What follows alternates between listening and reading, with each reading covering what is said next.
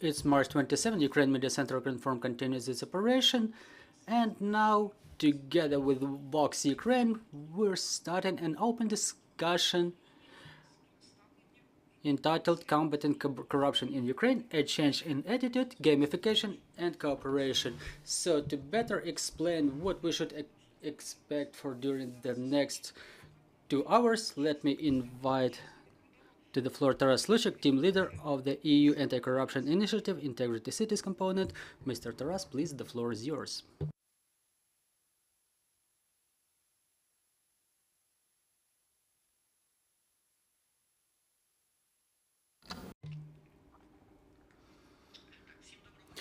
Good afternoon, everybody. My name is Taras Sluchyk. I work as the head of the component of one of the biggest EU programs in the area of anti-corruption efforts. And first of all, I would like to thank the team of VoxUkraine for their inspiration and capacity to work with complex but interesting topics with whom the majority of other analytical centers don't work.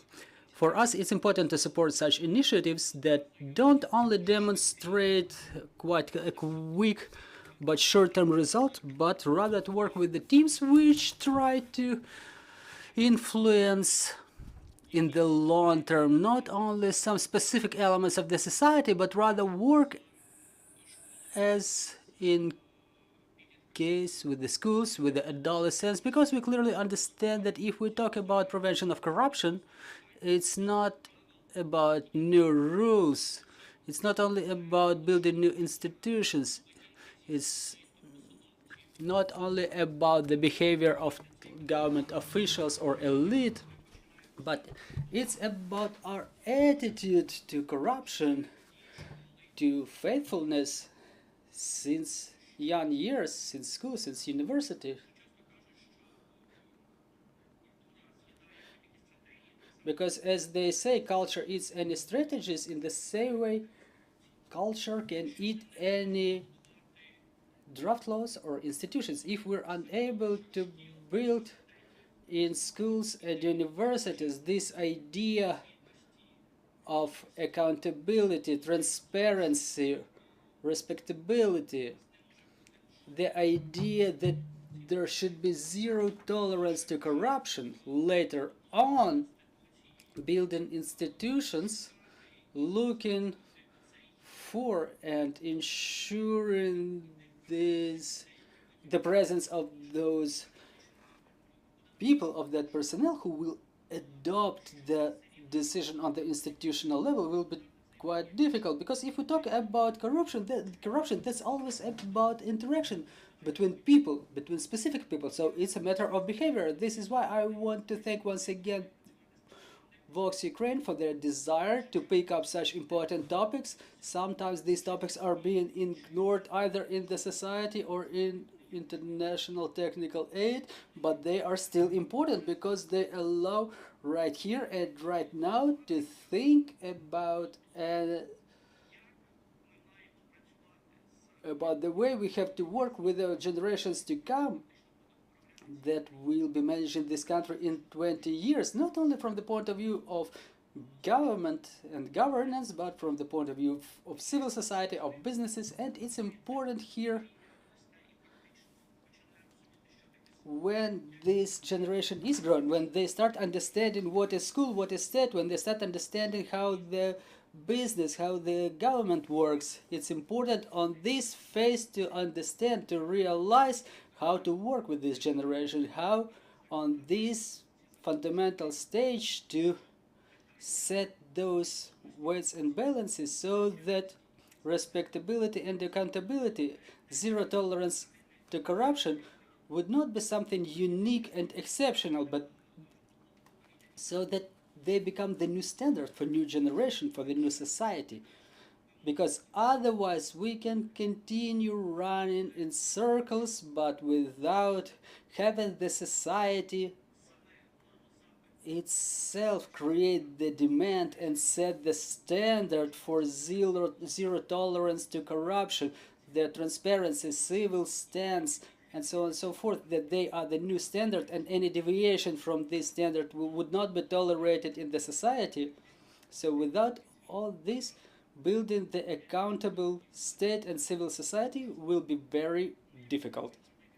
Us, as a program of international technical aid, within the last 3.5 years, we will be working in Ukraine, and obviously we will be supporting all the initiatives aimed at work with the civil society, at work in the area of recovery, cooperation with the communities, work with the new generation that in 10 or 20 years is supposed to undertake the responsibility to govern this country. So once again, I want to thank the team of VoxUkraine for undertaking those complex but interesting topics, for preparing the reports that force us to ponder not only over what's going on, but what's going to happen in future.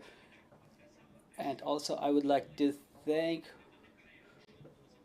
for absence of any questions to the quality of those reports prepared by VoxUkraine. And now I would like to give the floor to the team of VoxUkraine for the presentation of their study. Thank you.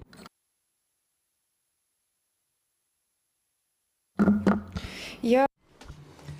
I would like to ask our technical team to get Ilona Sologub connected to us, a member of VoxUkraine, who is about to present the results of the report prepared by VoxUkraine on influence on information on perception of corruption by Ukrainians. Ms. Ilona, welcome to the Ukraine Media Center Ukrinform. Please share the key insights and conclusions drawn from this report. Thank you very much. My pleasure seeing everybody. I would like to thank Mr. Taras for the good words about us and about the importance to countering corruption, changing the behavior of the new generation and other generations as well. So this report was prepared in cooperation with the representatives of Stockholm School of Economics, University of California in Berkeley, San Francisco.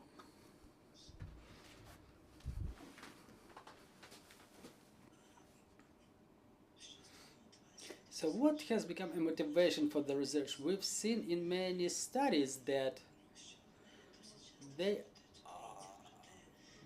very frequently ask Ukrainians whether corruption level is high in Ukraine, whether they consider corruption a problem in Ukraine, and obviously the majority of the respondents say yes. But how is this attitude and perception of corruption is being formulated? To what extent is it influenced by the corruption experience? So sometimes people may think that yes, corruption is bad, but at the same time they may give so-called tips to the doctor and think that it's all right. So how does it and the perception of corruption impacts the trust to the institutions? So what the survey of Ukrainians has demonstrated, survey that we've had in February this year. So in February this year, we've surveyed more than 7,000 Ukrainians. The draw is quite representative, just like any other surveys held in Ukraine for the time being, because after the beginning of the full-scale invasion, unfortunately, the data about the population is closed, so it was an online panel. The respondents were filling the questionnaires in their mobile phones or just online. So basically, the main conclusions of this research are that perception of corruption is directly oppositely related to the activities of the government in overcoming corruption. So if corruption is high, the population thinks that government does not want to counter corruption or fails to counter corruption in a proper manner. Or personal experience of corruption increases the perception of corruption in certain institutions. So if people were facing corruption in educational institutions, they are prone to have the high level of perception or perception of high level of corruption. Or there is also so-called cross effect, when the presence of corruption in one institution results in perception of corruption in other institutions. And consumption of news from online media such as Telegram and Facebook is associated with higher level of corruption perception. So it's worth emphasizing once again, the people who have higher perception of corruption have less trust in the government, and they want less to stay in Ukraine. As we can see on this diagram, the majority of people perceives corruption as a very important problem, as they think that it's quite widespread. So basically we can see that more than a half of the respondents said that corruption, they responded about the level of spread of corruption, assigning the marks 8, 9, and 10, which means very high level of spread.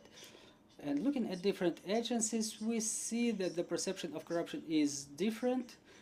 For example, President, National Bank, educational institution, or centers for administrative services are perceived as less corrupt than other state agencies or institutions.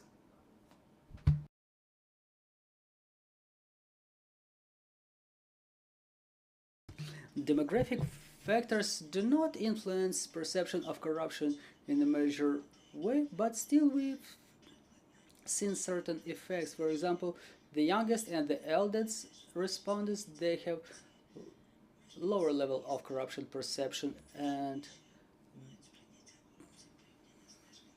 the denizens of the cities, they have higher level of corruption perception comparing to the inhabitants of the villages and smaller towns.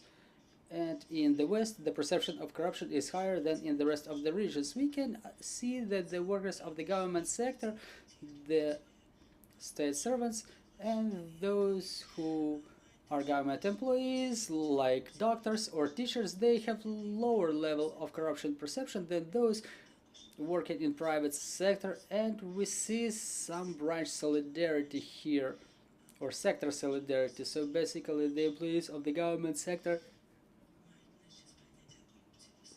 have lower perception of corruption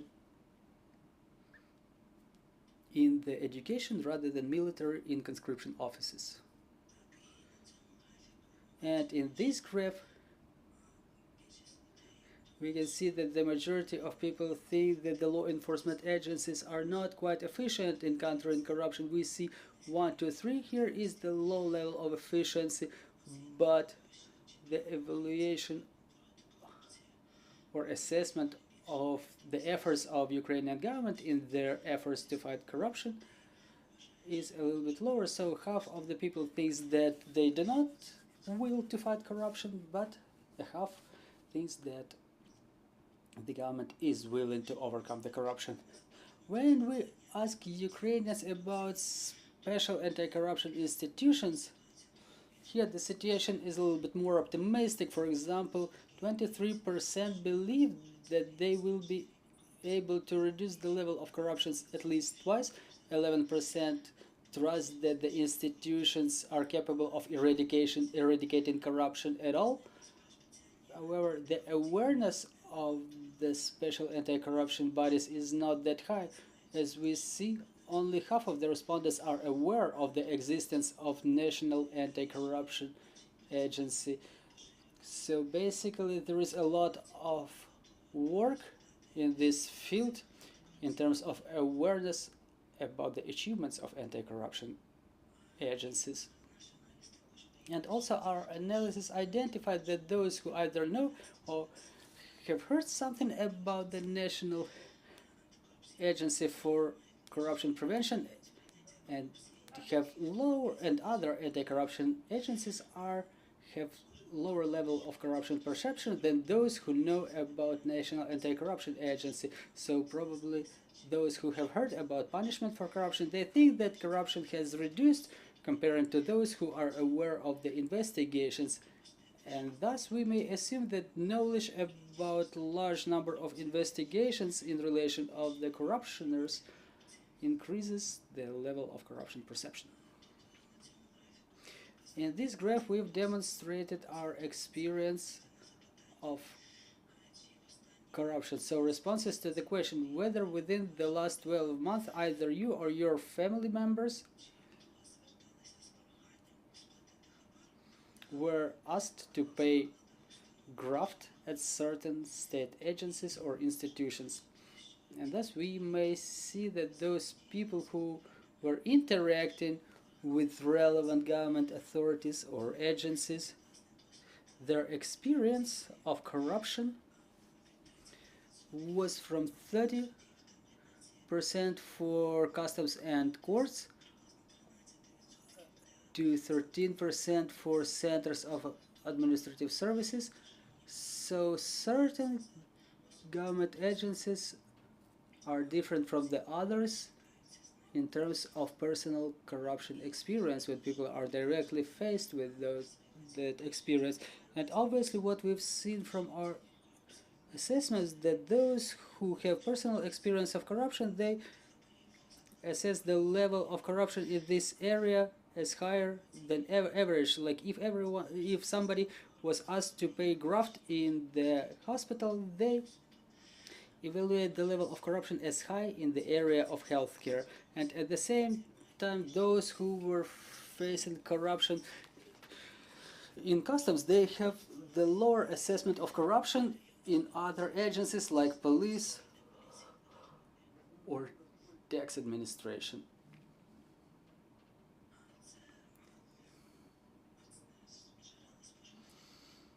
Right here on this graph are the sources of news. As we see, the majority of Ukrainians, they closely follow the news, watching them at least once a day, and the vast majority gets the news either from social media or online media, and those people have higher level of perception of corruption than those who mostly get their news from other sources such as radio, television, friends, or family members. Also, we were asking the respondents about whether they justify resorting to corruption for certain reasons, for example, matter of life and death, or other important issues like the ones that influence your further career, or not important issues such as avoidance of penalty for or like speed ticket. And we've seen the tolerance to corruption is not as high. Basically, even when it's a matter of life and death, almost 40% said that you can never resort to corruption to solve any problem. However, tolerance to corruption, we see that it was not related with the total or overall perception of corruption. Then, we were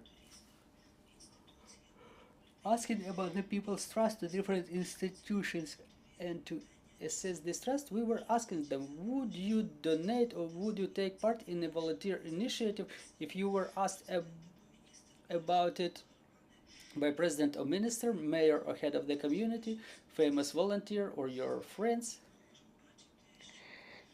And as we see, volunteers, people who are personal acquaintance of the respondents, and the servicemen have way higher level of trust than the authorities.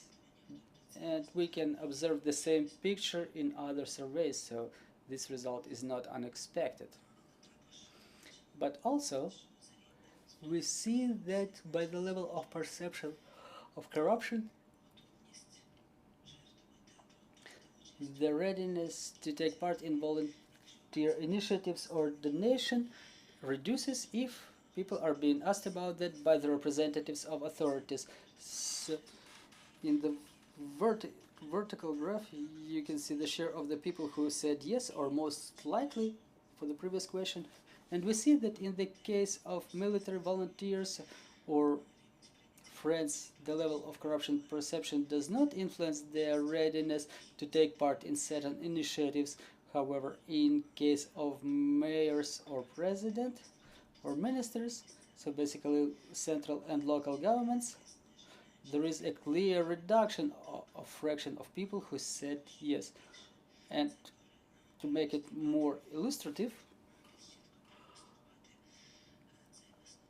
to make this conclusion more illustrative, in this graph there is a number of people on the vertical axis who said no, we're not taking part in that, and we see that this fraction is steadily growing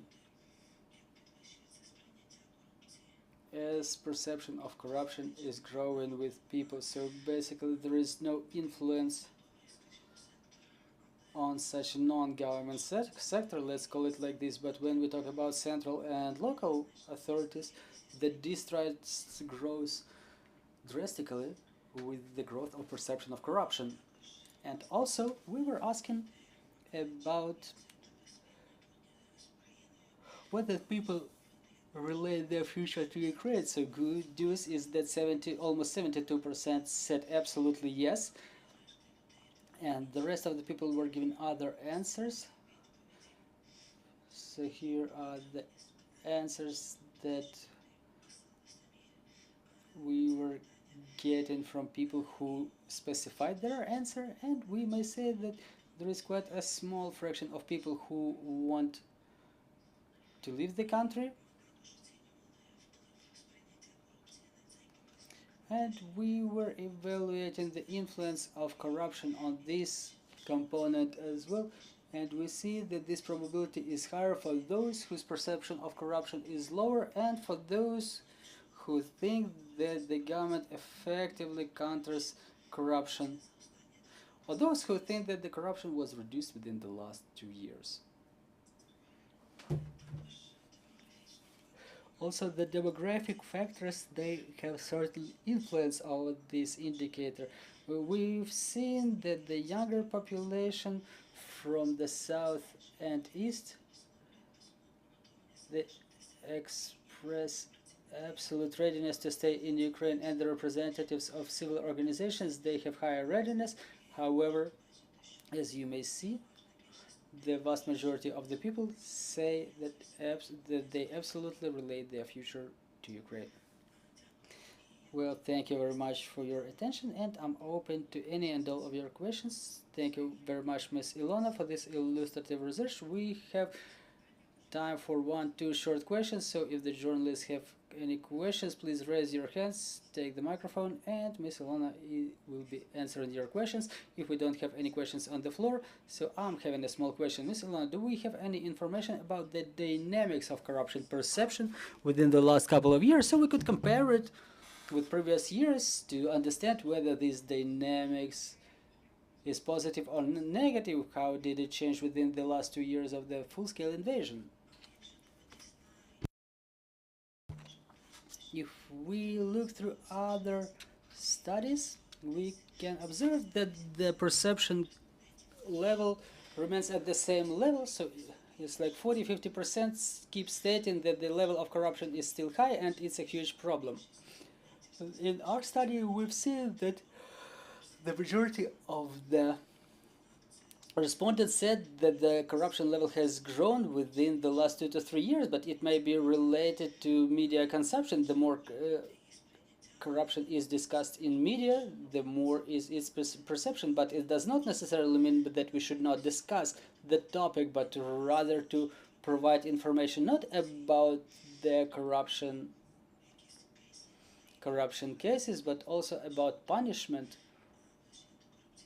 So, like, Supreme Anti-Corruption Court has made a ruling with regard to this or those people, or that this or those corruption schemes stopped operating, and now things are happening in the organizations in a different way, and so on and so forth. Thank you very much, Ms. Ilona. This is exactly what we're gonna do. We'll continue discussing the matter of corruption, and let's take just a small pause, just a couple of minutes, to prepare for the first panel as to the perception of corruption by Ukrainians and its spread over Ukraine, and we will be back on air in 2 minutes.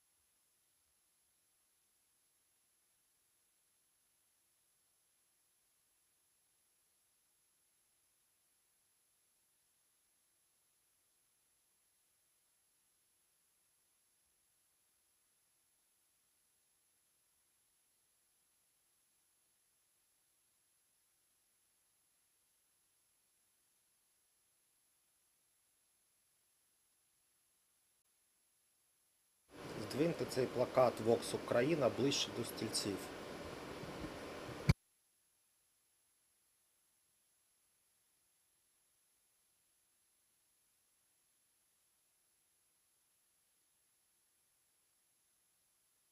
Олежа, ще двигай ближче до стільців. Да, ось так.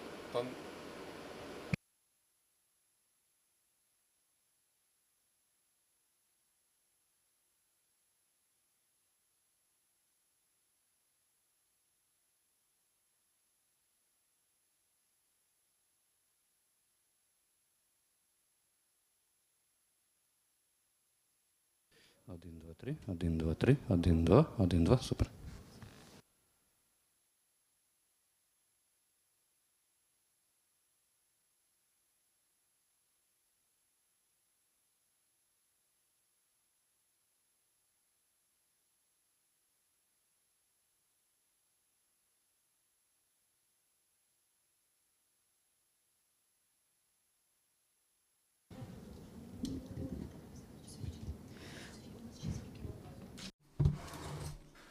So let's continue our work, and we start the first panel of our discussion. Let's talk about perception of corruption by Ukrainians, and let me introduce our speakers today. It's Taras Sluchyk, is the team leader of the EU Anti-Corruption Initiative Integrity Cities component.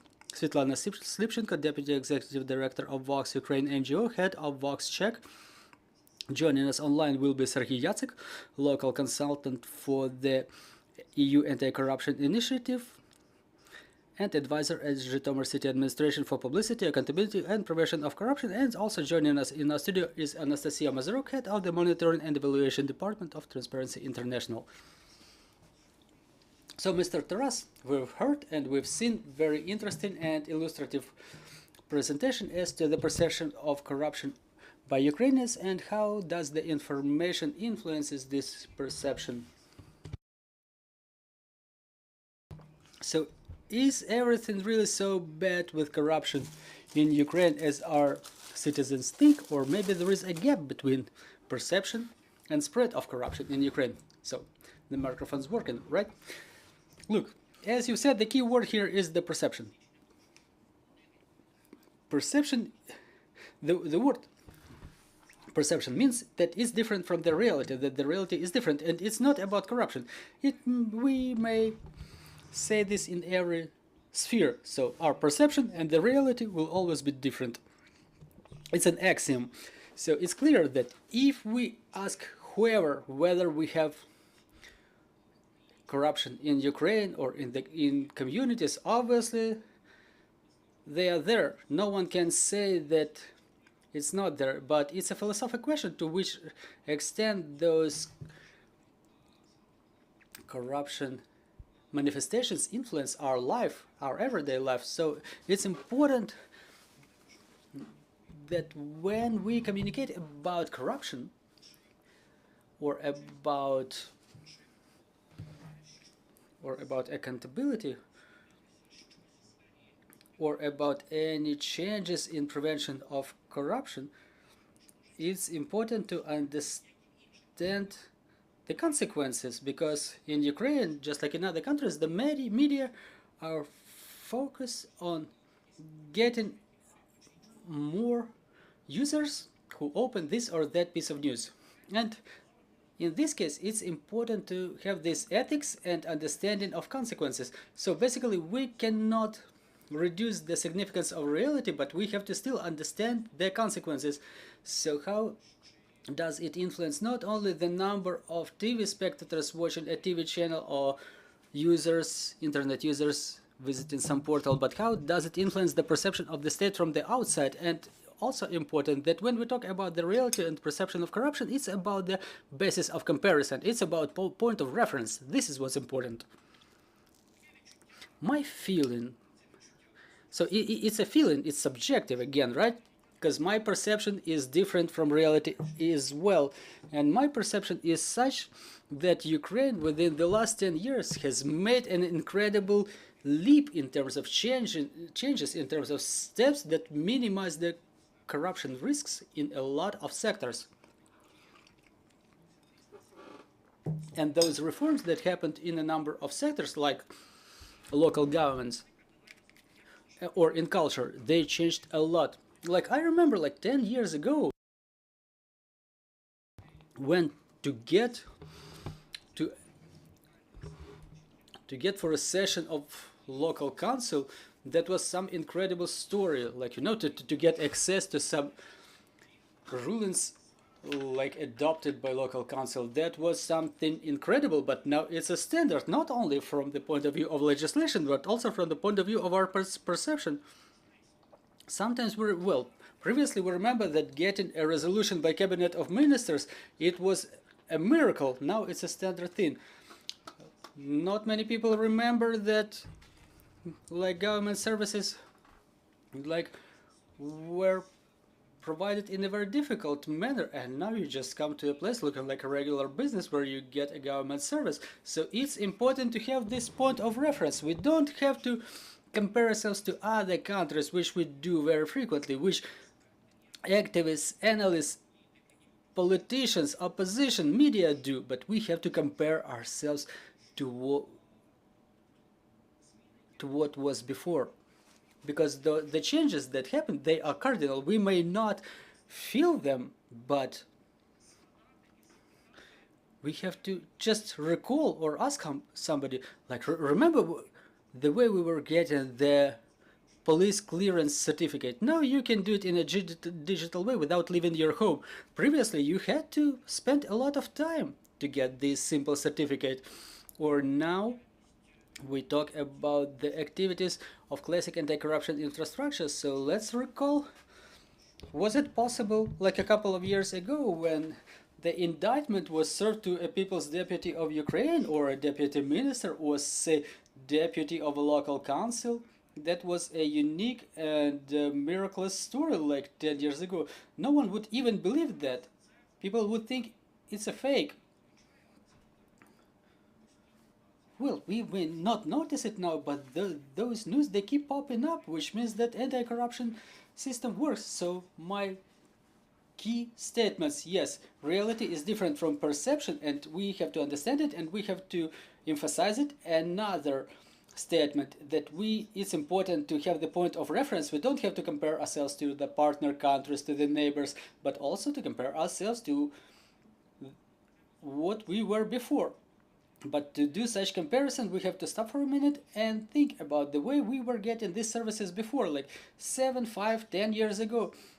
And would we have such news in the anti-corruption sector like 10 years ago? For example, a media writes that the head of the state agency or vice prime minister in cooperation with anti-corruption bodies prevented, say, as it really popped up in the news, that prevented some graft.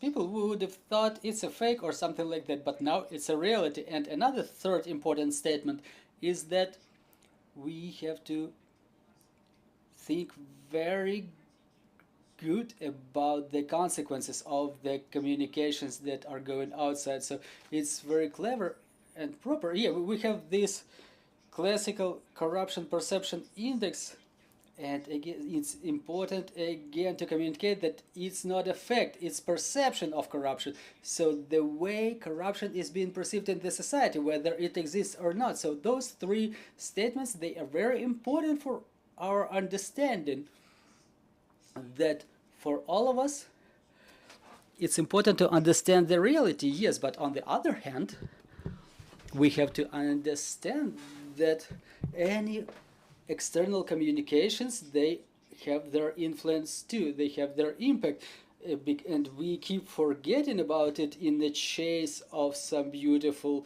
headlines.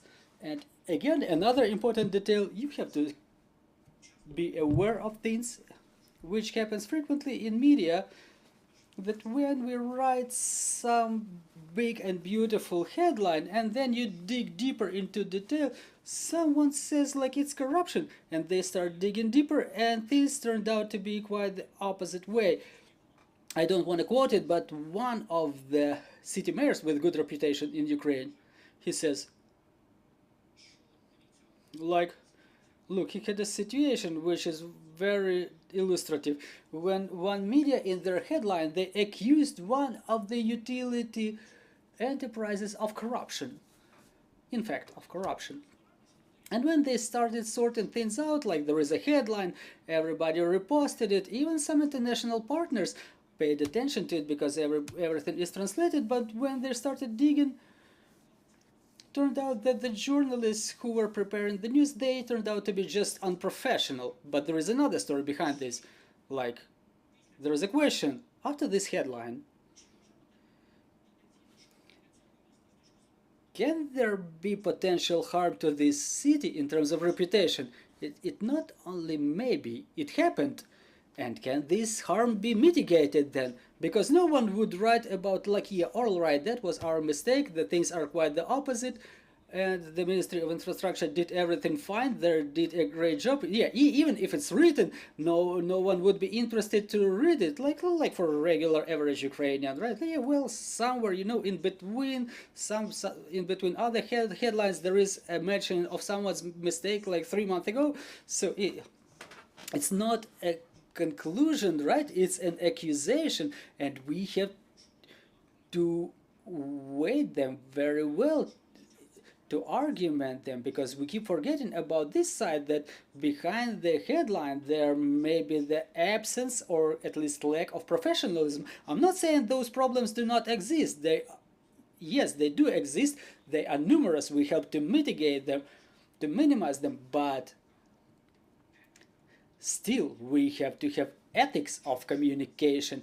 And if there is a material issued about any corruption risks or any potential corruption, I think that the management of institutions that prepare those materials, they have to be to analyze, to double check the material twice as better, because then it gets in the results of this survey where people read it and they lose trust in the authorities. However, in that case, that might be not as justified. Unfortunately, Denis Bigos was not able to join us today. It would be good to have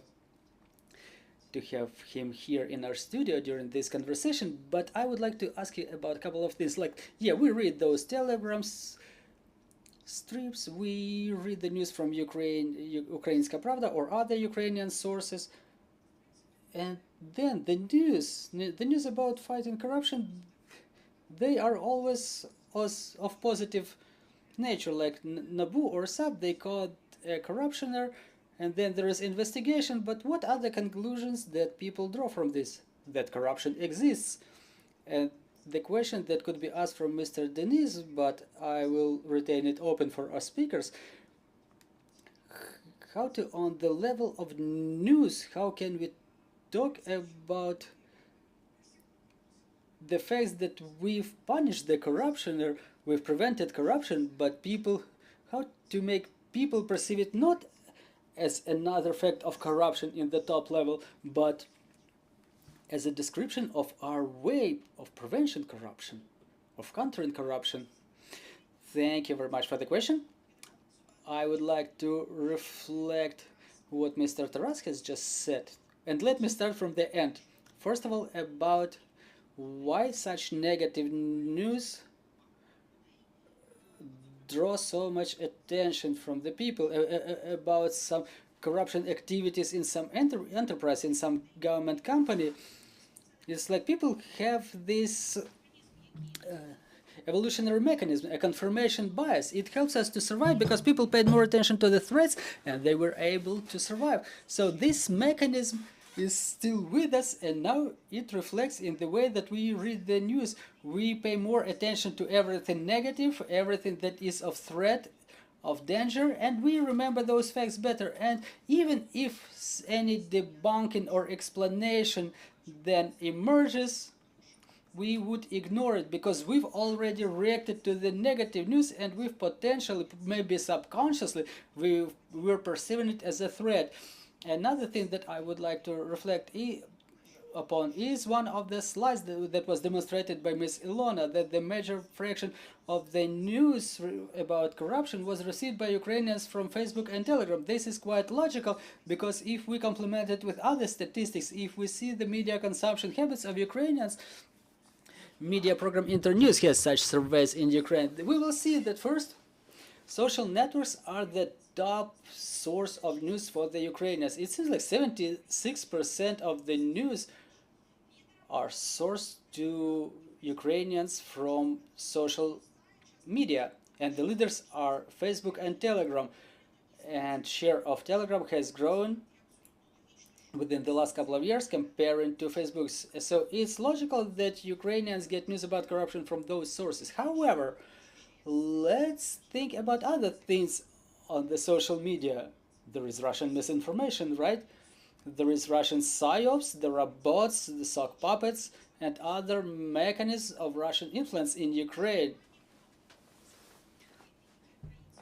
We have the news that can be interpreted by Ukrainians in different ways. Someone construes it as countering corruption, and someone otherwise says that it's a lot of corruption in Ukraine. We keep fighting it on, and we still cannot fight it.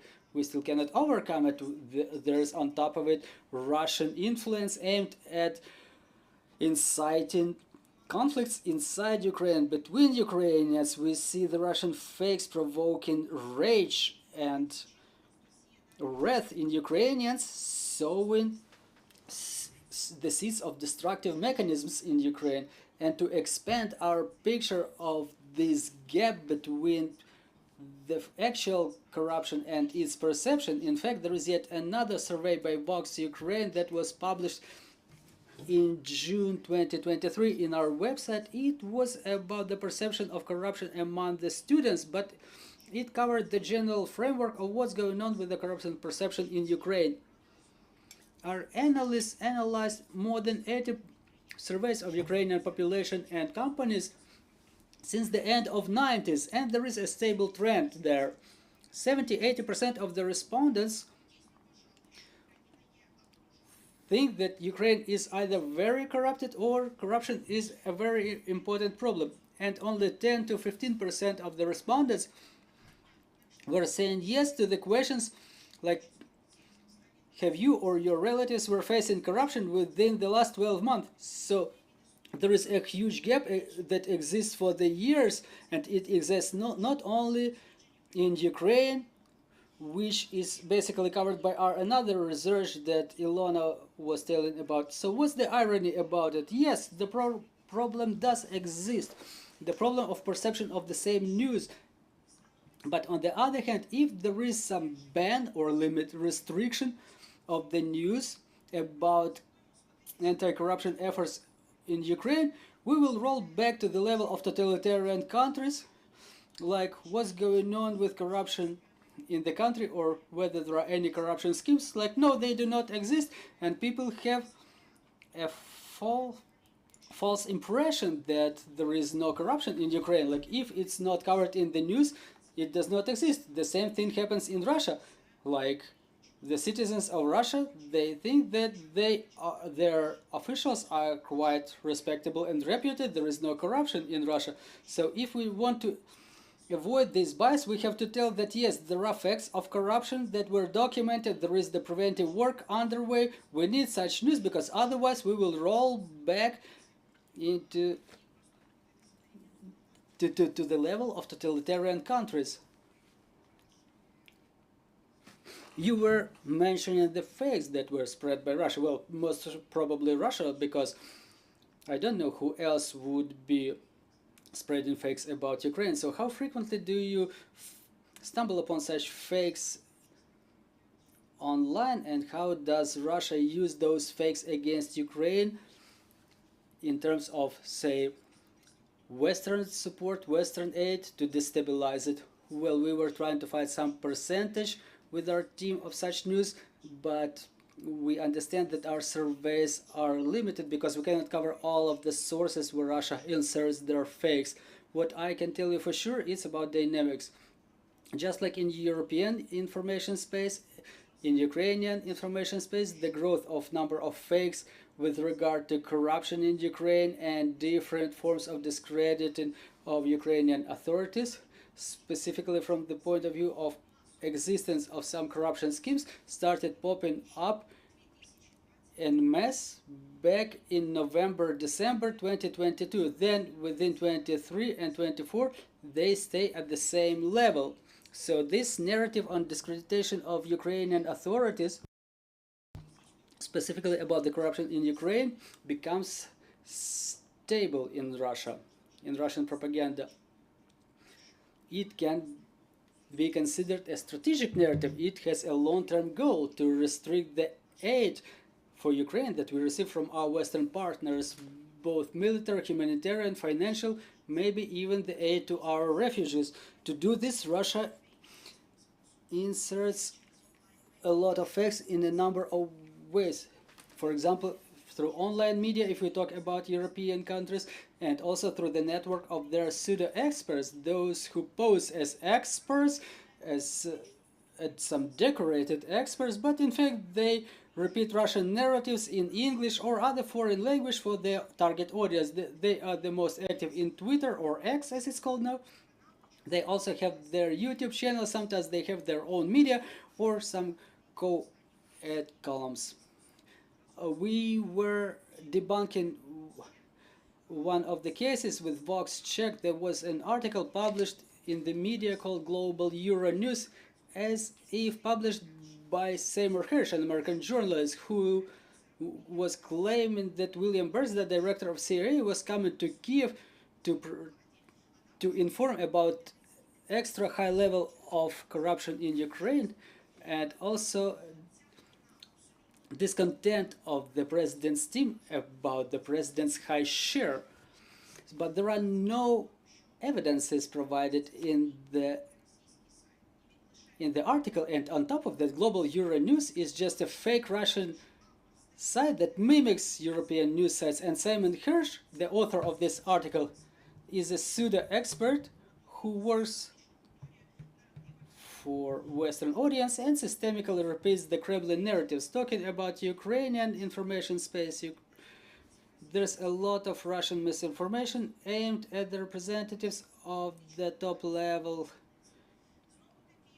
government officials, military. There was a case circulating online in March, yet another attempt of discrediting both Zaluzhny and Zelensky. There was a video spread as if the video was created by BBC, and it was saying that Valery Zaluzhny got $53 million to refuse his political ambitions, and the propagandist was adding as if Christo Groziev, an investigator of Bellingcat, studied the details of this agreement and that it really existed, but it was a fabricated video from elements from different interviews from BBC. So in fact, BBC did not publish any such video. It was an edit, and Christo Groziev also debunked this fake on his behalf. So here we see that Russia tries to use some reputed sources such Bellingcat or BBC to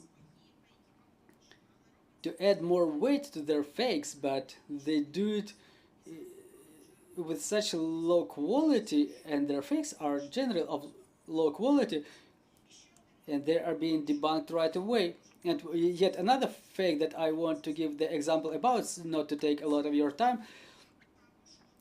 So it's one of the latest ones, another attempt to put a stain on Ukrainian media is Islander.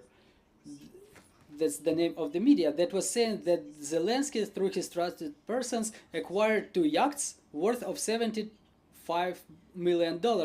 As an evidence, there were the scans of the documents, and the pictures of the yachts were presented in the media. So a lot of information was covered with black marker, and as soon as we started studying them, it turned out to be just a regular Photoshop. And the companies that own the yachts, they also debunked this fake, and they've mentioned that the yachts are still being sold and no one has bought them so far. So such fakes, they emerge on systemic basis, both in Ukrainian and European information space. We are being rocked from outside to create negative emotions in us, aimed against the government, against the military officials, and for the foreign audience, those are the attempts to undermine our international aid. Thank you very much.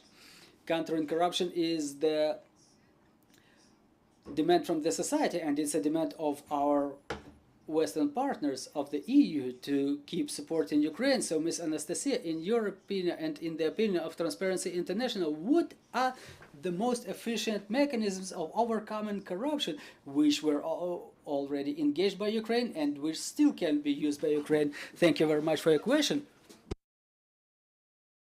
The words of previous speakers resonate with me a lot. Thank you very much for your study. It's real fundamental, and it demonstrates the trends that we keep observing for a long time. According to the Corruption Perception Index of Transparency International, that's a study published for a number of years. According to the results of year 23, it confirms those sentiments that Taras was mentioning about.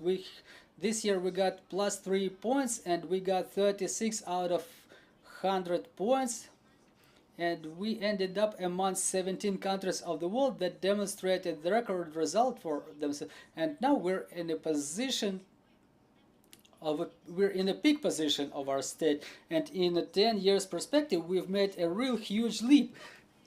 So how are those results achieved, and how we can use the tools to overcome the corruption? What are the additional tools that we can engage? So let me put my response in 3 sectors. So what influences the perception of corruption in the state? So through the prism of prevention and punishment. To prevent corruption, a country has already created a lot of tools that allow it to easily avoid corruption practices. For example, centers for administrative services, the instruments to obtain services and certificates, online queues, online feeds of the court sessions, parliament sessions, any public services. In the same way, there are digital systems created, such as Prozoro and Prozoro cells, that allow to have access to the government services real time. Something that never happened before. And the country created a lot of efficient services, efficient tools that allow the citizens to see this influence already. As to the culture, it's important to have this engagement, to create the culture of zero tolerance to corruption. And in this case, the existence of media investigations, media cases, talks about corruption in public space. They really add to the public discourse the understanding of the essence of corruption. How can every single citizen influence it? How can it be investigated? How these or those things happen? So basically, if we talk about the consequences of media investigations, the population of Ukraine receives the subjectivity. We see then the citizens of the community, they understand that their taxes are their taxes, and they want to influence the way those taxes are spent. Like in this year, it was demonstrated that, okay, we don't want to buy vegetable cutters into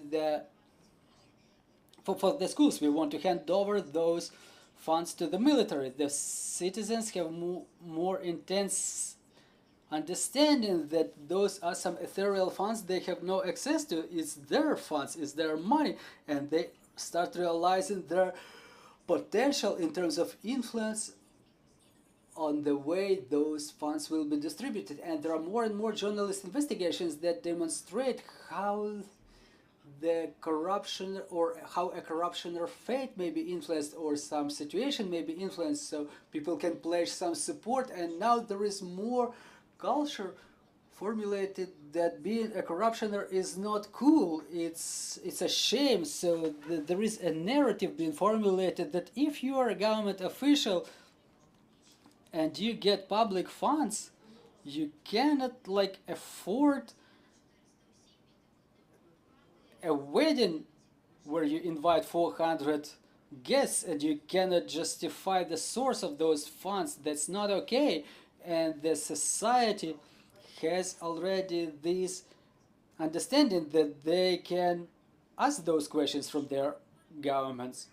And if we talk about punishment, that's a third aspect. When we see how the anti-corruption infrastructure operates, for example, Supreme Anti-Corruption Court issued 175 rulings with regard to top-level government officials.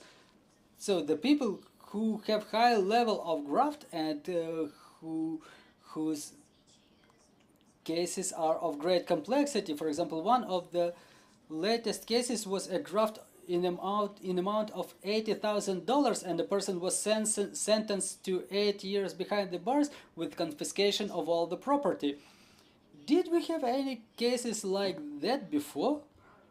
Before anti-corruption infrastructure agencies were created? I don't remember any such cases, and it's clear that this topic is not so intensely discussed by the society. Society doesn't know a lot about cases like that.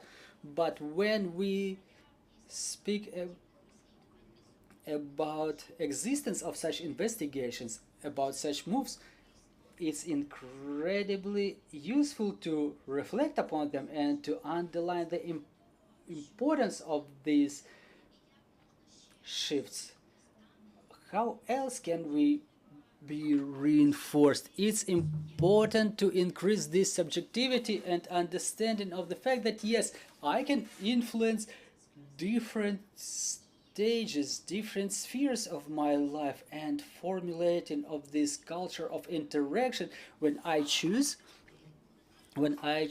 to obtain driver's license in a legal way, to pass the exam multiple times but not choose the easier way, when I do not agree, I do not accept any proposal, and I'm looking for tools not only to refuse such a proposal or suggestion, but to punish or to give publicity to that story. And we see that the more intense is this public discourse, the better it helps to exercise this control function. I agree with Taras on terms of this canceling culture that is growing in the society. Well, it does have some aggressive aspects, but in case of professional and high-quality approach to the work with cases like that, they will have positive long-term consequences in terms of overcoming corruption. Thank you, Ms. Anastasiia. I'm asking our technical team to get Mr. Serhii join us online, and on this phase I would like to discuss the necessity or absence of such necessity to differentiate corruption by levels. Mr. Serhii, we're not seeing you so far, but we're hearing you. Can you hear us? So our technical team is bringing back the video. We're seeing you. Not permanently though. So, Mr. Serhii, the corruption in the top level and like a regular corruption in schools or medical institutions, should we discern those levels of corruption? Is it same dangerous?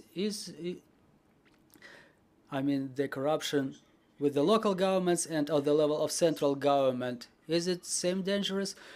Well, your question is complicated, but I will try to answer it. Well, talking about top corruption, you know, its harm is easier to mention in terms of calculation and scale, but the everyday corruption cannot be neglected either.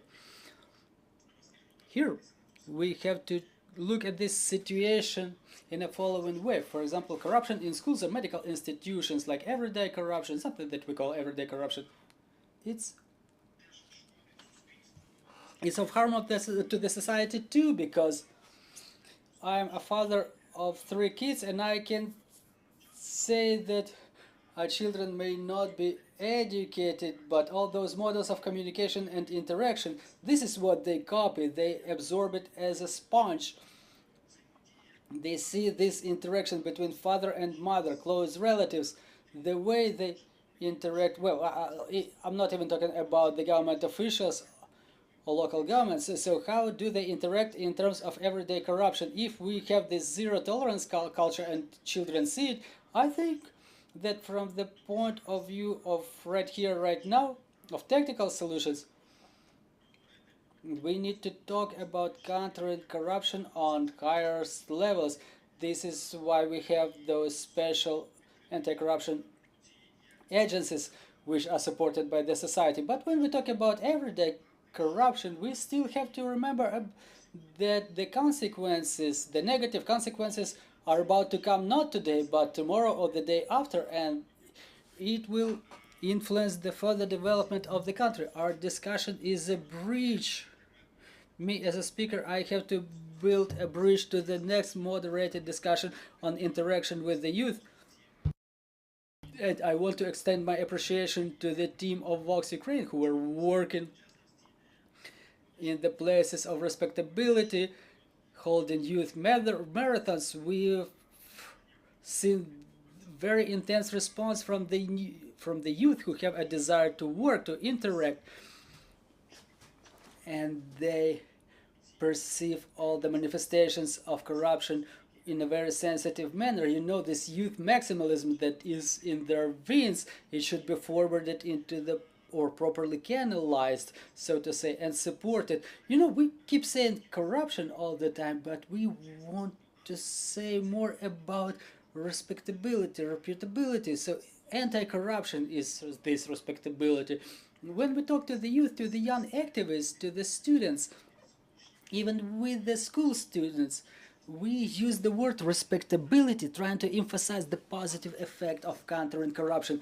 Of course, there's still a lot of matters such as education of the Whistleblowers Institute, or raising a whistleblower institute, when the majority, you know, they have the traditional attitude to it, which is not quite positive. And here we have to work a lot, not only in the negative key, but also in the positive, to emphasize the respectability, reputability, to show that we have zero tolerance to corruption. Well, we don't tolerate it on top levels, and we don't support it on the everyday level. So yes, there is certain differentiation, but the conclusion from your question is such that we don't have to differentiate these two notions a lot, because a long road starts with one small step, so we have to pay attention to everyday corruption too. Let's not forget that respectability starts from something small. So, well, this is my answer. Thank you very much, Mr. Serhii, for those inspiring words.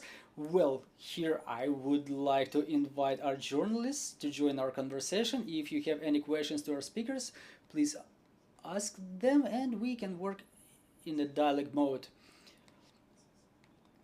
Can you please tell us the logic of corruption overcoming process? It has 3 stages. First, when we discover corruption, then when there is inevitable punishment, and then we remove the causes and effects.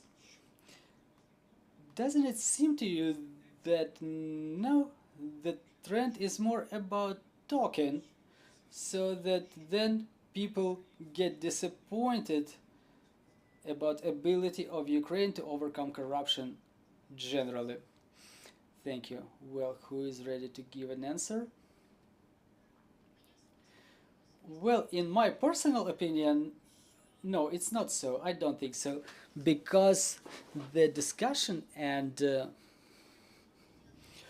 dialogue, healthy dialogue over some problematic issues, and on top of that, all those problematic issues that are arising, they are being discussed with certain solutions, suggestions of solutions. Well, let me give you an example. For example, the eggs worth 17 hryvnia, and after that there is an agency, logistic operator, who changed the rules of the game, and they changed their approaches to procure food for the armed forces. Do we have more problematic issues? Yes, of course, but is it safe to say that only to bring everything to negative and pessimism, this is the only purpose that it exists? No, I cannot accept this opinion. Mr. Taras, do you have anything to add? Well, discussion cannot be the goal itself. There should be solutions, there should be some steps, some measures that were taken as a result of a discussion, whether we're talking about some specific case or when we work on development of the policies in terms of countering corruption. And it's important that those can be both parallel processes: discussion, search for solutions, and their implementation. Another important detail that we keep forgetting about, that implementing a decision, or like adopting a decision, is just one step. Implementation of this decision is another thing. So if we create anti-corruption bureau, it's important to have it operating. Whether we change any part of the process or we launch a reform like in the court system or something like that. But again, what Anastasiia has just said, it's important to have this discussion happening, but it should entail certain consequences, certain actions, because if the discussion has no result, that's a disappointment. Because if people invest their time, or when we talk not about the case, when we develop some solutions, there are meetings, there are negotiations, people invest time and efforts in it, and if it fails, people are disappointed. So we have to understand that there are no simple solutions to the complex problems. Minimization of corruption risks, overcoming corruption, is not a simple task. There are no ready-made recipes, something that can be copied. They just do not exist. We can always view other examples, but it's important to discuss whether such example is realistic in terms of its implementation in Ukraine. We have our own context on the one hand, and on the other hand, we have to understand that, again, measuring ourselves comparing to our neighbors who we look upon, we understand that the level of corruption is lower there. Or, recently there were news about one of our neighbors that there was a recording about effects of corruption in one of the European countries.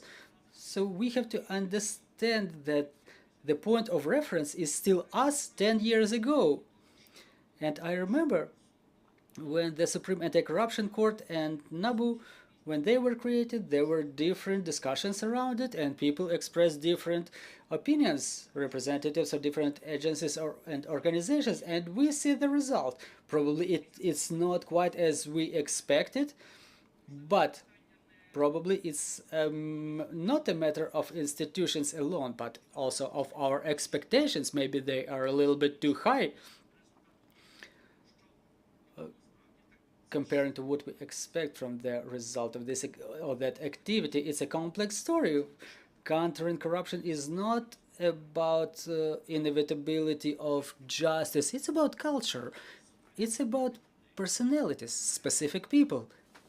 It's about standards, values, principles in very specific society, very specific social.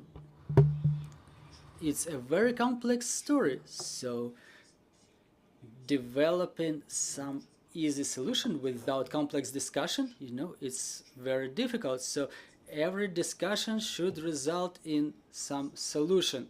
Of course, everyone is disappointed if discussion just ends in nothing, but in Ukraine, we see the results of such as building of this anti-corruption infrastructure. We see such results as prevention, and we see changes in what Serhii Yatsyk was saying, even on part of the students, school students, the way they view it, they construe it. There are very practical evidences.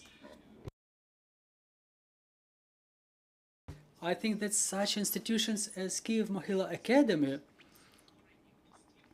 without creating those islands of respectability, they would not have been able to compete. And now they are very well-known institutions that for a large fraction of school children in Ukraine, school students in Ukraine, are the desired institutions where they want to enter. And I think no one could say that in those universities we have some loud corruption stories or corruption is a standard there. No, they are reputed environments. But again, that was a result of some discussion whether those universities need to exist even. Thank you.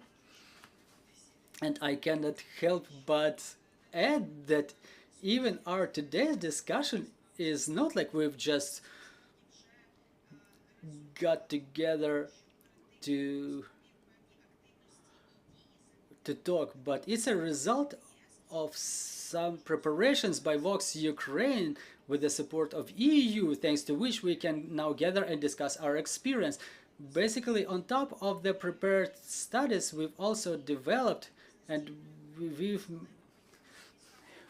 we've held the tournaments on Crystal Lighthouse table game. We had meetings and sessions with the stakeholders, representatives of local civil organizations, local governments, local journalists, representatives of the communities. My colleague Victoria Agapova will tell you more detail about it during a second panel, what we've seen there.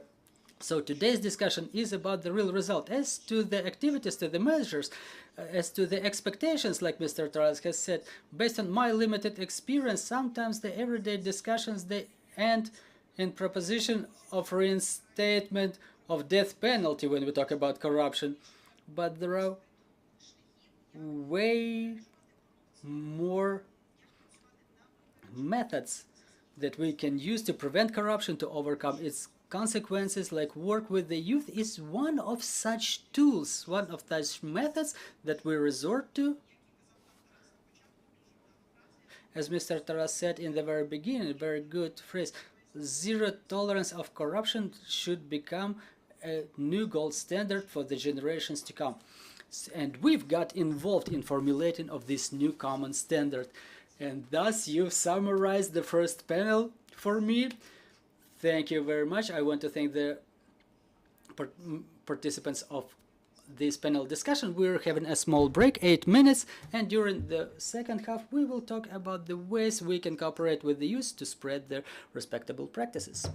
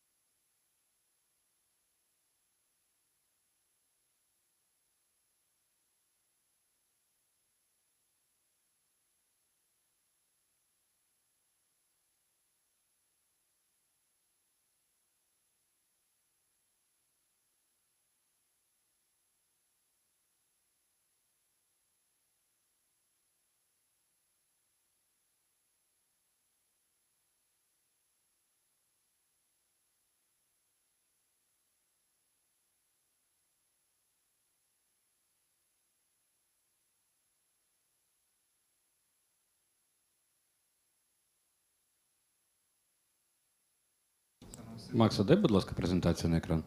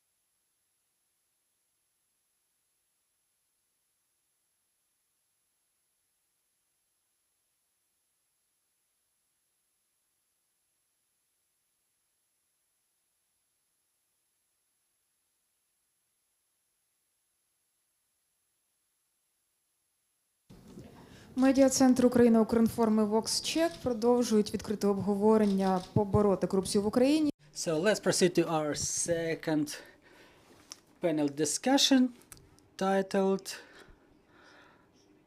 Cooperation with the Youth for spreading integrity practices. Joining us in our studio are Victoria Agapova, VoxUkraine, Dmytro Serhii, methodologist, Ukrainian Leadership Academy, Anna Borodina, child and family psychologist certified trainer, and Alona Khilko, project manager at the Integrity Office of the National Agency on Corruption Prevention. So, Miss Victoria, now we will be talking about the youth, about the children.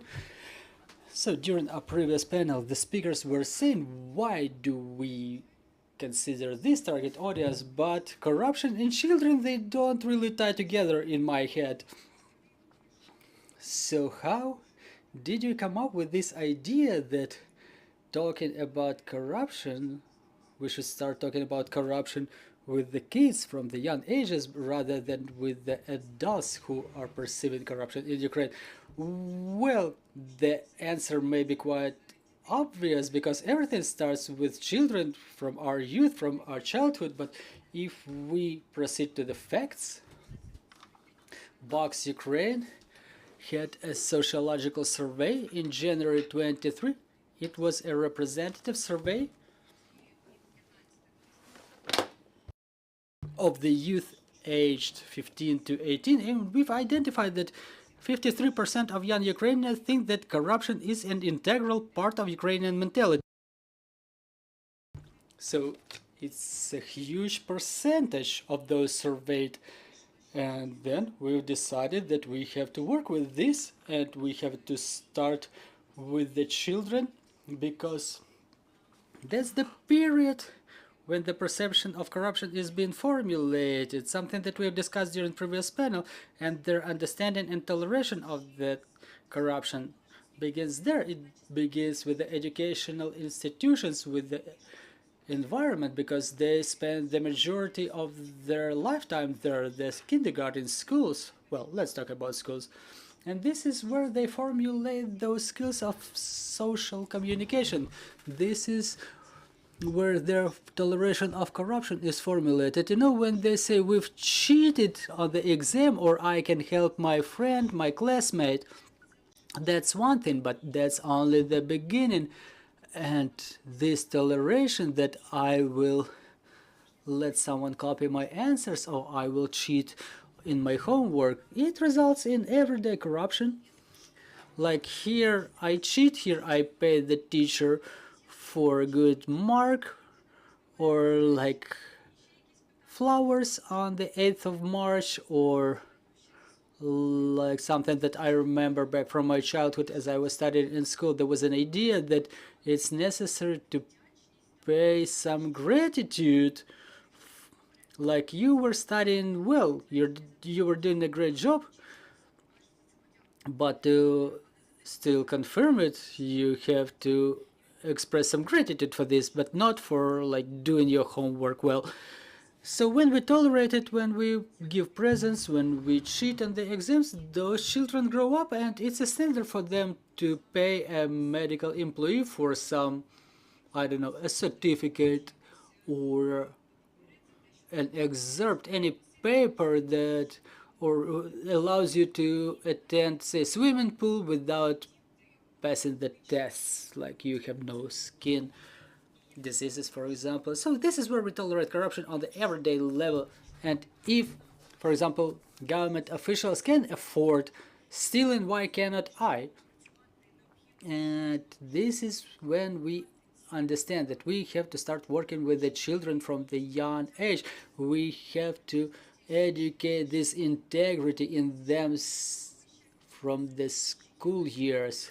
We understand there are some restrictions, like you cannot formulate some, you cannot create some perfect space in the education space. Like here we're adhering to the integrity values, and then a person comes to an educational institution and is facing corruption, or as they reach 15 years of age, they want to pass a driver's license exam, and then they would be facing that lack of integrity. So within the framework of our integrity marathon that we've implemented with the EU anti-corruption initiative in Ukraine, and the representative of this organization, Mr. Sluchyk, was joining us today, that we really appreciate. So we've implemented the project of Youth Marathon of Integrity. We had a number of different activities there that included the workshops for the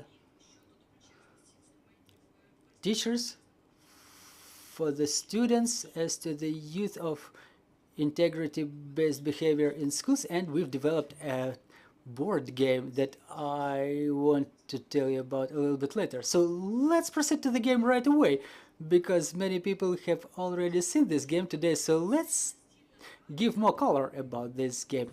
So it's a board game that we've developed in cooperation with the World of Communities, an organization that is developing games, and over there are leaflets where you can scan the QR code, you can print it out and play with your family during your pastime, or hand it over to the adolescents, you know. And in the game we wanted to demonstrate the ways of cooperation for the sake of achievement of common goals. It's built as a fantasy adventure, like the evil forces destroyed a crystal lighthouse of integrity, and they've hidden the broken parts of that lighthouse in different parts of the world, and children are supposed to find them within the 10 rounds of the game. And to find those pieces of lighthouse, they have to solve the moral ethical dilemmas, and this is where things become interesting, because those moral dilemmas, they demonstrate that integrity-based behavior is not always encouraged. Like sometimes you can act in a moral and ethical manner, but it's not like of harm to you, but it creates certain obstacles in getting this part of your part of the lighthouse. You have to pay a giant, for example, to let you pass. So this is a game where we try to illustrate that the integrity-based behavior is awarded in the end. So we wanted to create the perfect world with unicorns, and people have to understand that sometimes your integrity-based behavior may not always be awarded or encouraged. But what's interesting, children were solving those moral and ethical dilemmas. Sometimes they were not quite satisfied with the results of their choice because they did something, but they've got a toxicity token for that, or for the good behavior they were getting integrity badges or integrity tokens. Or sometimes they were arguing, why cannot we buy a present for the head of the island for just being a good guy? So why would we buy a present for him if he just does his job? So those moral and ethical dilemmas were supposed to show them that the choice is not always obvious, but thanks to building a strategy, and children really did build a strategy, like 2 or 3 rounds ahead. They were discussing who should go where, use magic cards to get artifacts,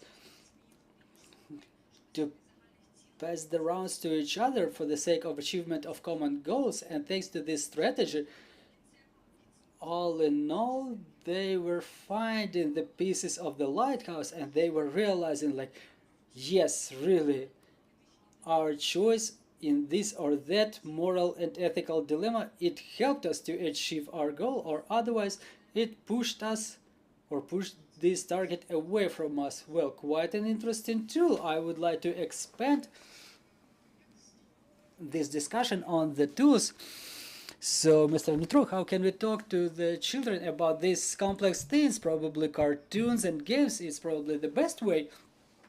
So, and it's probably how it's done. So, how we can generally adapt those tools for discussion of integrity? What are those basic practices to make sure that this horrible word corruption is understandable for the children and they get these practices?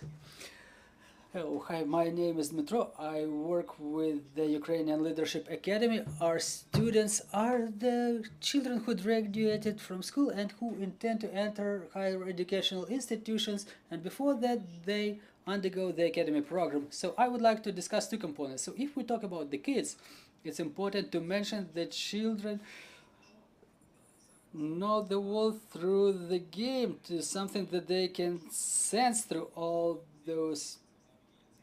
their sense glands, and wonderful way of interaction is the game, and it's cool to have elements of gamification in the process of development of a child. So as we create this world, so to say, a legend where we immerse, people get tested, and thus they test their understanding of processes. So talking about the adolescence, there is another process going on there. We focus on this in the academy, the formation. Well, it's a part of education that children get at home, and then the school provides with more opportunities as an element of replay. So for formation is about this moment when we rethink everything that our parents taught us through our spirit of rebellion, and based on our experience we understand whether it works for me or not, or those are angst of my parents. So during this period of formation, the adolescents, they test everything that they were taught before to formulate their own moral values, or how can we describe it in other words, any rules that they would comply with. And during this period they may be facing the experience of college or institute, where there are some elements of corruption existing that may be a withdrawal from this integrity. And there are two ways. One is the way of injustice, when someone studies well and they get the same mark as those who don't study well, who violate the rules. And another way, for those who are looking for easy ways, for those who don't want to study, it's an opportunity to camouflage themselves as those who study well without real knowledge of the material that was being studied. So it's just for our understanding of the view of integrity during the school years based on those two paradigms. That's my reflection, you know, and this is when we get the value of assessment or evaluation formulated. Remember yourself getting good or bad marks. I also volunteer in PLUS, and we organize the camps with the scaling. There is rating, who express themselves better during the summer camp, and it's an honorable rank. And those who don't get enough knowledge, like, you know, they are not graduating from the summer camp, so they have to attend the summer camp once again. Like in the academy, we don't have any such evaluation system. We talk more about quality rather than quantity, and since it's a process of formation, it's more about moral elements which can hardly be tested in some tests or evaluated during the test, because in moral approaches there are causes and effects.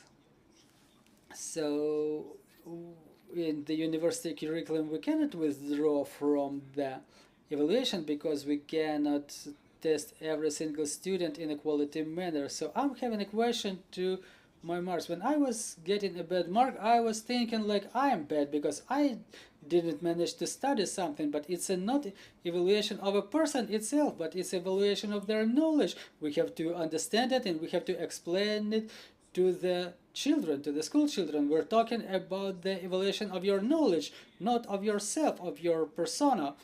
And when we talk about persona, it's transformed to some social rating or something. But when we evaluate the knowledge, it's about the realization of the fact that something else has to be studied, some more tasks have to be solved to continue the education. If you haven't mastered one element of the curriculum, you cannot proceed to the more complex one, and it's logical. I think not everybody has this realization. In the majority of cases, it just does not exist, and people, as they come to the summer camp, as they get bad marks, like they treat it in a different way, like I'm bad or I was evaluated in the wrong way, so, and it results in hate towards the instructors. And it's rather than changing the individual plan of development, so to say, to master more knowledge and to get a good mark. So it's a testing not of me, but of the teacher. So is it okay to create, well, to create this object of education as a student? And it's important to give this student a subjectivities, to let them know that they're responsible for their marks, for the knowledge that they master, but the teacher is picking the tasks, but there should be still a dialogue. In gamification, in the game, the result is either win or lose, but if it's a game, it's a collective game of collective interaction where you can only win joining your efforts. Every single participant is interested in tipping a player what to do, so they win together. And I think it's a quality process for formulating of algorithms for decision making, solutions in certain situations, and compliance with the common rules, so that everybody wins rather than everybody loses. This is my experience. Thank you very much. Well, National Agency for Corruption Prevention does the same, but with the adults. And this is where we would like to hear a word from a representative of this agency. So how can such an important anti-corruption agency engage school children so that we can build the common responsibility and liability for corruption? Well, you know, I'm surprised that you've asked this, because as people hear that I represent the integrity department or integrity office of the National Agency on Corruption Prevention, people keep asking me, what do you have to do with the kids? Like, because you are the ones who deal with corruption, those terrible things, and now there is education. And yes, I represent the integrity office of the National Agency on Corruption Prevention, and I'm a manager of the All Ukrainian project Transparent School, and we have quite an ambitious goal. We launched the education initiatives to expand on the topic of integrity. We don't only work with the school children. The Office of Integrity has two areas of work in their portfolio. One is Transparent School and another is Transparent Universities. So basically we work with the school children from 1st to 11th grade, and my colleague works on Transparent Universities, both with the students and teachers and professors and deans of those educational institutions. It's difficult to talk about integrity, but we do it successfully and it yields results. Integrity is quite an abstract notion. Like, corruption is a terrible word, and integrity may be not so easy to understand, because what do you invest in this notion? So we keep asking our children, our professors, what do they invest in this notion? I have 2 years of experience of work on integrity with the in education field, and it's a pleasure for me to observe the way that children explain the notion of integrity. Like this year, VoxUkraine, our partners, had an opportunity to watch children explain this. So this year they were saying it's about responsibility, it's about compliance with the rules, it's about compliance with the laws. Last year they were mostly asking, like, why are you asking? Like, integrity in Ukrainian, it has two roots, kind and honest. Like, yes, due to the circumstances that our country ended up in, they have to get this experience, you know, where they have to understand certain laws. For example, why you cannot take pictures of military material or check posts, and you cannot disseminate those pictures. So you cannot first, it's in violation of the law, and then we're talking about consequences, right? So for me, it's very pleasant to see that children sort out the notion of integrity, and now they can explain it in a more profound manner. We offer them to use such notion provided by our partners, like act right even when nobody sees you, because when we're honest with ourselves, we are honest with the others, and we have to do it not only in front of the audience or when we want to be liked by somebody because we have this office, we have this position where we have to demonstrate how honest and how good we are. No, we have to act like this always. So what do we offer for our teachers? As they come to the kids and they talk to them about integrity, once again, they are being asked, what about this value? What about this notion? And this is where we offer them to break down this virtue in a number of other virtues like responsibility, honesty, justice, mutual respect, and ability to discuss, because exiting discussion in a proper way is a skill. You know, to honor someone else's opinion, to finish the discussion on a good note. And the best thing that the teachers and the students like is the respect to the rules and compliance with the rules. It's easy. We have rules, we comply with them. We talk about common rules that we use in the society, like yielding your seat in the public transport, saying hello, like saying thank you, something that is not written anywhere, but something that is being taught from the very early childhood. There are rules in the classroom, there are rules in the school, the rules in a company. When a physical training teacher tells about the rules in the classroom, it's like teacher tells children what they are not supposed to do, or like teacher discloses the consequences right away, or why cannot you cross the school when there is red light on, like because children are being taught in school like those are the consequences, those are threat to your life. But there are cases when a child is pulling their kid like with the red light on, and they say like nobody's seeing you, there are no cars, we can go, but the child resists and they say like no, I've been taught in school that you cannot do so. So those are the elementary rules that we comply with, and we do the right thing. It's not difficult, right? If we dig really deep into detail, my colleagues told me, why do we work with the youth, with the school children?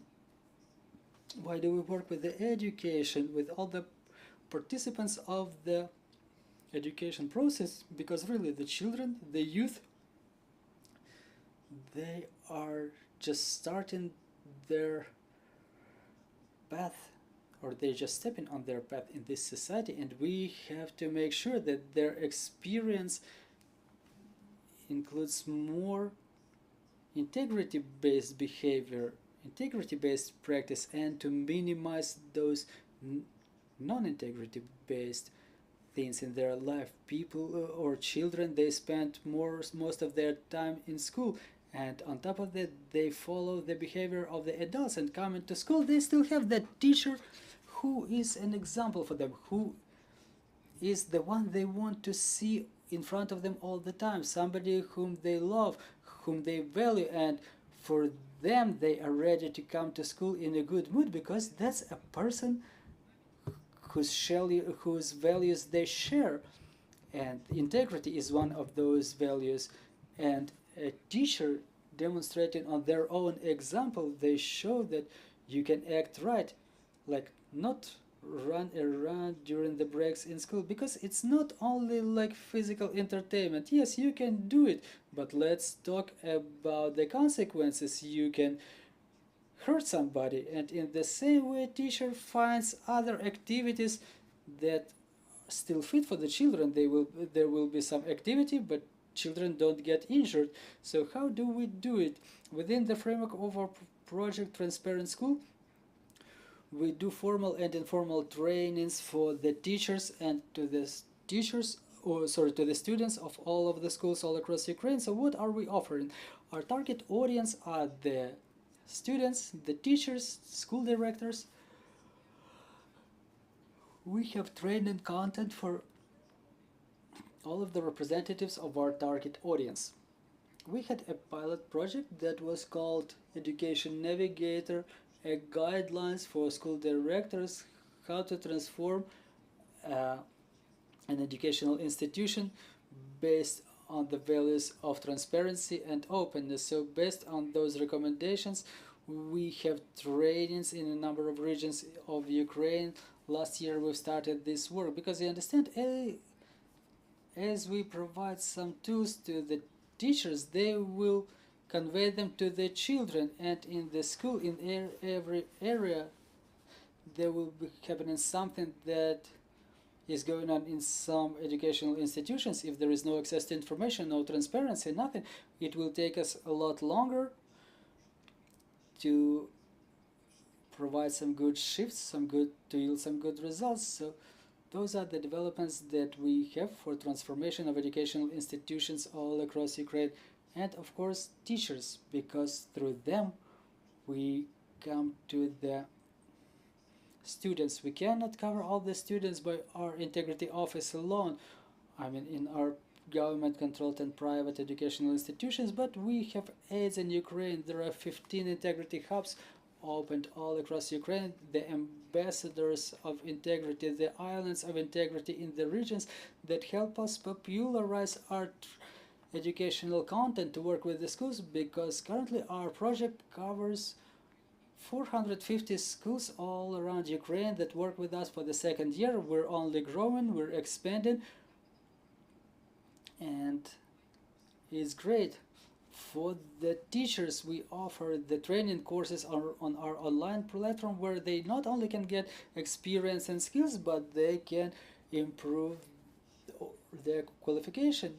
And we have a lot of training materials as well. So what are we offering for the grade 9? We've developed an anti-corruption course that is made of 15 lessons. It's not a boring theory. It's not like reading articles of the legislation. It's interactive. Those are games, videos, different applications using which a 9th grader get deeper and deeper in these topics, sorting them out with every single lesson better and better. So as we were launching the pilot project, when we were piloting those materials in the 9th grades, we were testing them in the beginning and in the end.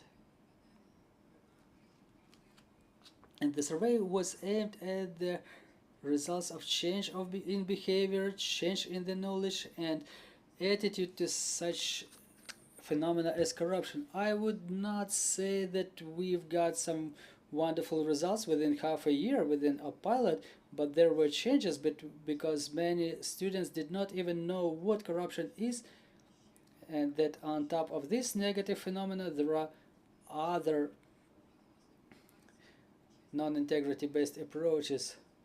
Then there are notes about integrity. Those are extracurricular. Our school life was boiling down to, say, a teacher reading the marks, or like something that's like short briefing that was happening before the vacations or recess, like for example integrity online. Like our schools, the solution that was mentioned today, in our school we have our children learn the information about the fakes, and for us, as soon as those news on Zaluzhny has popped up, the schools started asking us, where is this link to integrity of online, because everybody comes to us asking, like, have you seen it, have you heard it, and we understand that it was fake, so we want to remind everybody it's fake. Also, we develop manuals for our schools for the Integrity Week. Integrity Week is taking place in schools to commemorate 9th of December, the Global Day of Countering Corruption.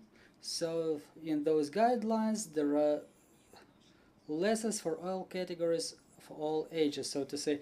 And our most recent news are the materials that can be found without additional time that you have to spend to find it, because we understand there is curriculum and teachers not always can use our materials because there are basic subjects taught, basic disciplines taught at school. So 1 week ago we presented topics and exercises in all subjects that draw this line of integrity all across the disciplines. It can be a chemistry lesson in integrity, Ukrainian language lesson in integrity, physics integrity, and like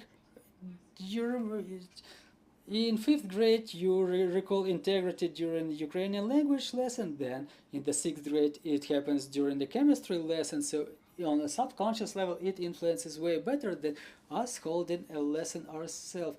Well, thank you very much. I think that this is where we have to ask a child therapist how to talk to children about integrity and corruption so we don't scare them away. Thank you very much. Yes, scaring is an important element because even the adults get scared of the notion corruption. So I want to thank the previous speakers for their input they've provided.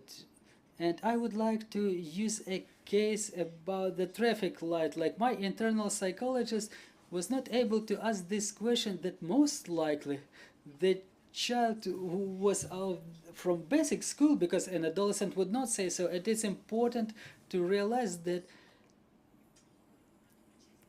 we talk to different ages of children in different ways, because since the birth all the way to 7 years, the children are being or are like they just start studying in school. So up to 7 years, the main activity with the children is the game. So we may not even use such words as identity or corruption, or just tell them that those are values. They influence our well-being, your feeling of well. Like when you feel well, we feel well. When we feel well, you feel well too. And as the children come to school, there were mentions of socium, that children try to build themselves into this socium. So let me use this case when a child says, like a teacher said. So after 7 years, the role model is switched to the teachers. And when the teachers say like, okay, as you write, you may write behind the margins, but no, in school you cannot write behind the margin. And talking about the adolescents, Mr. Mazurok has put it very correctly. It's my favorite phrase, that the adolescent age is the age of depreciation of values, when children depreciate all of the values that they've taught at home, that they've learned at home, and they go to the world to learn for new values. And it's good that the adults in that world, they share the same values which influence your resilience further on. And those are the clearer things using which we can tell them about integrity, because this truth sometimes is real scary. I worked in school 4 years ago, and this is when they started talking about academic integrity. And even when I was talking about the school teachers, I asked them, have you heard about integrity? They said like, oh, I have to look through it because it's important to have this thing here in school. So I want to say thank you to all of the speakers. It was true that it was said during the first panel that children are our future, but us as adults, we need to help them grow in a proper manner. We have a special guest that we were not telling you about, a person whose name is Lyubila Tobolina, the teacher of Ukrainian language and literature, who can tell us about the way she works with integrity in schools. Well, keep preparing to the lessons, and I keep listening to you with one word. So talking about cooperation with the Integrity Office and directly with Ms. Ilona, I take pride in this cooperation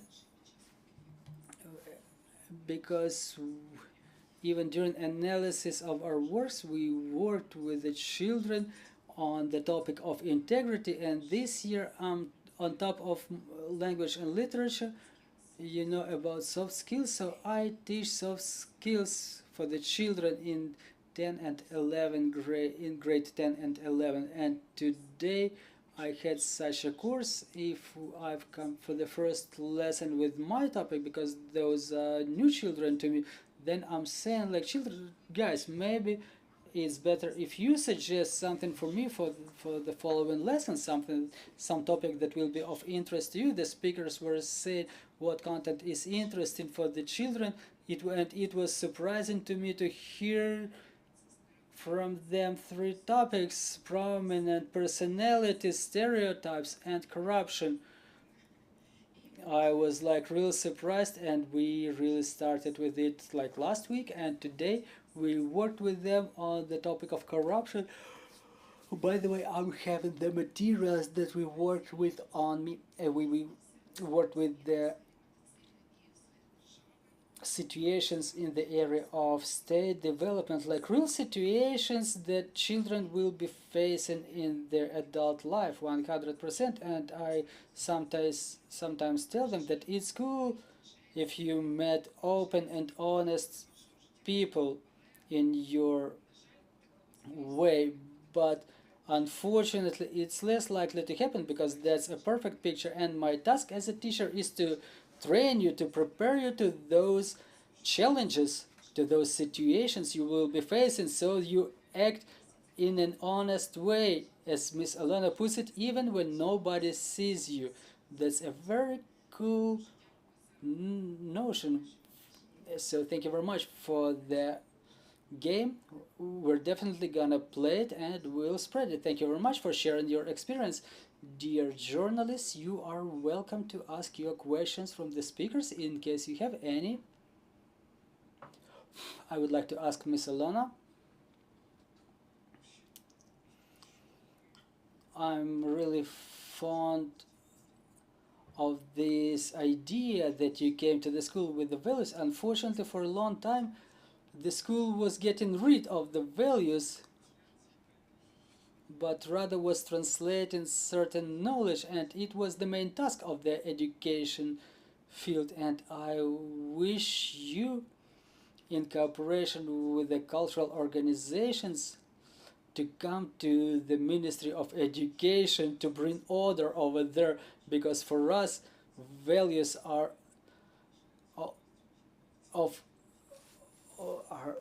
the values are principal to us. As Alexander Pescover was saying, that our value is survival. Survive whatever it takes, and we have to get away from this value. Well, that was more of a comment rather than a question. Maybe someone else has any questions. Well, there are no more questions on the floor, and I want to thank us speakers. Well, I was saddened a little bit because I realized that I was a corruptioner in school. I was letting my classmates cheat, having my answers copied. But let me remind you that Ukrainian Media Center Ukrinform just had a discussion entitled Overcoming Corruption in Ukraine, and Ukrainian Media Center will continue its operation tomorrow. Stay tuned for announcements.